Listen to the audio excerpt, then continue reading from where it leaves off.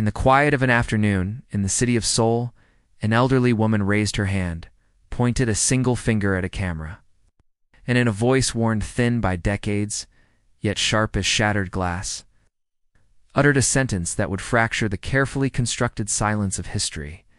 I am one of the survivors, and I remember everything. Our story does not begin with a single crime, but with a system. Meticulously engineered, state-sponsored machinery of sexual slavery implemented by the Imperial Japanese Army before and during the Second World War. They called the victims comfort women, a grotesque euphemism that concealed a universe of brutality. The term itself is a crime, designed to sanitize, to obscure. But we will not obscure. We'll name the victims, follow the evidence, and trace the chilling architecture of this atrocity. This is a true crime story on a genocidal scale, a cold case spanning continents, and a testament to the women who refused to be erased. Lee Young-soo was a girl in Daegu, Korea. She was bright, full of a restless energy. She loved the sound of her mother's laughter and the warmth of the family hearth. Her world was small, secure. That world ended in 1944. She was 16. A man came to her village, promising work in a factory, a chance to earn money and support her family. It was a lie, woven from desperation and predatory intent. Along with other girls, she was taken, first by train, then by ship. The journey was a descent into confusion and dread. When they arrived, it was not a factory. It was a comfort station, a wooden barracks in Taiwan, surrounded by barbed wire and soldiers. Her name was taken. She was given a number. Her nightmare was systematized. She was forced into a tiny room, barely larger than a closet.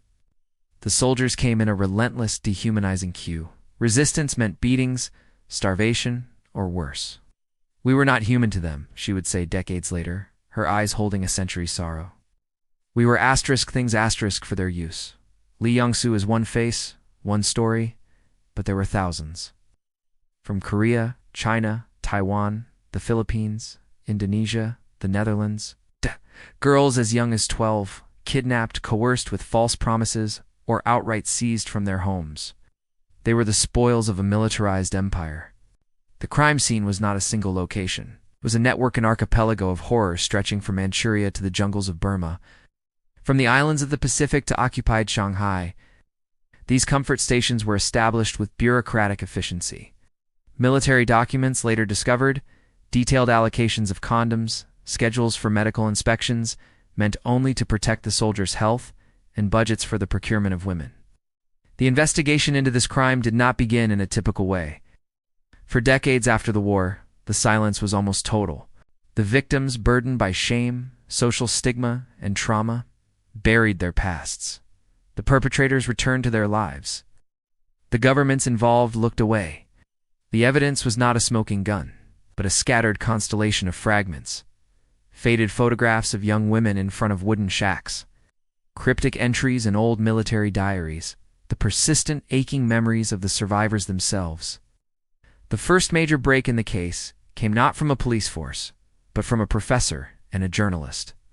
In 1991, Korean professor Kim Hakson, after a lifetime of silence, stepped forward. She stood before the world and said, "I am a former comfort woman." Her courage was a seismic event. It was a crack in the dam. Then, a Japanese journalist, Yoshiaki Yoshimi, an academic detective, took up the investigation. He didn't look in alleyways for clues. He went into the archives. And in the dark recesses of Japan's Defense Agency library, he found the evidence. Not hearsay, not speculation, official documents. Military telegrams and orders that explicitly discuss the establishment of comfort, facilities, the transportation of women, and the role of the authorities in managing the system. One chilling document from 1938, from a deputy chief of staff of the North China Army, stated plainly, in order to prevent rape and the spread of venereal disease, the urgent establishment of comfort facilities is necessary. The state had not merely turned a blind eye to these crimes, it had authored them. The bureaucratic language made it all the more monstrous. But as any detective knows, finding evidence is one thing, getting a confession is another. The Japanese government's response became a decades-long exercise in evasion, obfuscation, and revision. Initial statements were grudging, couched in vague language of regret and apology, often undermined almost immediately by contradictory remarks from right-wing politicians. There were private funds established, called the Asian Women's Fund, but many survivors rejected it, seeing it as a way for the state to avoid official legal responsibility. They didn't want charity, they wanted justice. They wanted the crime named in court. "They want us to disappear," Liang Su would say, her voice hardening. "They are waiting for us to die. But I will not die before I get justice." The stakes in this investigation were not just about the past. They were about the integrity of history itself. Every denial, every watered-down textbook, every visit by a Japanese official to a shrine honoring war criminals was a fresh injury, a revictimization. The tension built not through car chases, but through solemn weekly protests. Every Wednesday since 1992, the survivors and their supporters have gathered in front of the Japanese embassy in Seoul for the Wednesday demonstration, a ritual of relentless, dignified demand. Statue is erected, their young girl in traditional Korean dress, sitting in a chair, her fists clenched on her lap, a small bird of peace on her shoulder. Her gaze is steady, accusatory, eternal. This statue, known as the Peace Monument, became a flashpoint, a piece of evidence in bronze that the Japanese government repeatedly demanded be removed. It stands there to this day, a silent, powerful witness the world cannot ignore. Then a twist that changed the forensic landscape of the case. It came not from Asia, but from the United States. In the 2000s, through the work of activists and researchers, declassified U.S. intelligence documents from the post-war period surfaced. They contained interrogation records of captured Japanese officers. And in these cold, clinical reports, the officers spoke plainly. They described how the women were recruited, the conditions of the stations, the rates of venereal disease.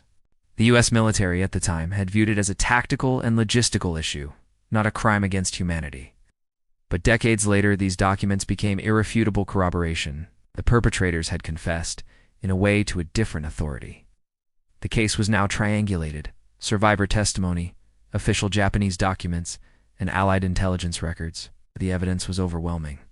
The climax of this story is not a courtroom verdict, for no international tribunal has ever been convened specifically for this crime. The climax is a moment of seismic, collective testimony. In 2007, the U.S. House of Representatives passed House Resolution 121, calling on the Japanese government to formally acknowledge, apologize, and accept historical responsibility in a clear and unequivocal manner. The hearings featured survivors telling their stories to the world's most powerful legislature. One of them was Kim Soon-ok, who spoke of being taken at 14, of the daily rapes, of watching her friends die. The room was utterly still. Political machinations, the diplomatic denials, all fell away in the face of this raw, unvarnished truth.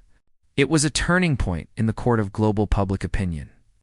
The crime was now irrefutably inscribed into the official record of a major world power.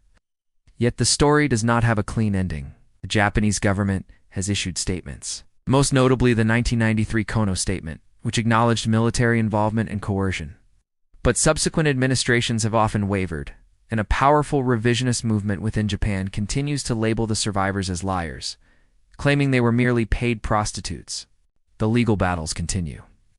In 2021, a South Korean court ordered Japan to financially compensate survivors, a ruling Japan rejected outright, citing state immunity. The diplomatic fallout is ongoing, tense, and raw. The fight is now carried by the descendants, the historians, the activists. The surviving women, their numbers dwindling with each passing year, still speak. They are living evidence, their bodies bearing the scars, their minds holding the memories that official documents can only hint at. This is a true crime saga where the murder weapon was an empire. The crime scene was a continent, and the motive was a toxic fusion of militarism, racism, and misogyny. The investigation continues, not in dusty files alone, but in the streets, in the protests, in the classrooms where history is taught.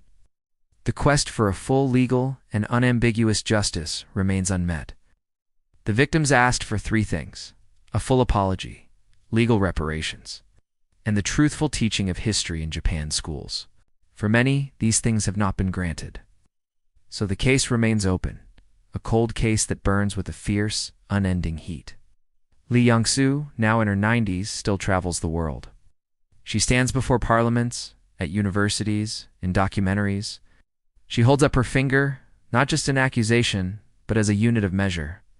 I am one, she says. Remember the hundreds of thousands who are not here to speak? Her life is the final, undeniable piece of evidence.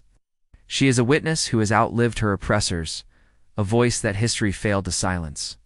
And so we are left with a truth more haunting than any fiction, that the greatest cruelty is not just the act of violence, but the orchestrated silence that follows.